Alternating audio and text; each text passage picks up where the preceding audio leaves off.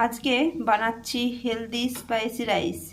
তার জন্য কড়াইয়ে তেল দিয়ে দিয়েছি, জিরে ফোড়ন দিয়ে দিয়েছি, গ্রেট করা আদা, কুচি করা রসুন আর কুচি করা পেঁয়াজ দিয়ে একসাথে ভেজে নেব।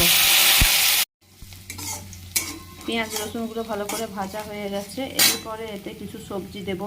এখানে কুচনো আলু দিচ্ছি, বরবটি দিয়েছি, লঙ্কা কুচি, ফুলকপি, গাজর সব একসঙ্গে দিয়ে এগুলো একটু ভেজে নেব। নুন এখন দেব না, নুন দিলে জল চলে যাবে, একটু পরে নুনটা দেব। সবজিগুলো একটু ভেজে নেওয়ার পরে এতে নুন দিয়েছি, কাশ্মীরি লঙ্কার গুঁড়ো, গোলমরিচের গুঁড়ো, ম্যাগি মশলা, চাট মশলা দিয়ে এগুলো একটু ভালো করে মিশিয়ে নিচ্ছি। এগুলো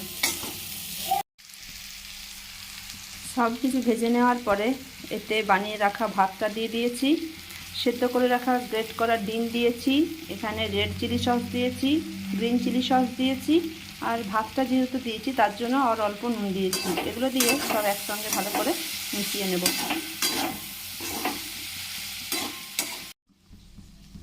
এর সাথে একটু গোলাপ জলও দিয়েছি, বলতে ভুলে গিয়েছিলাম। উপর থেকে ধনেপাতা ছড়িয়ে নামিয়ে নেব। আমার হেলদি স্পাইসি রাইস তৈরি হয়ে গেছে। ভিডিওটা দেখার জন্য ধন্যবাদ।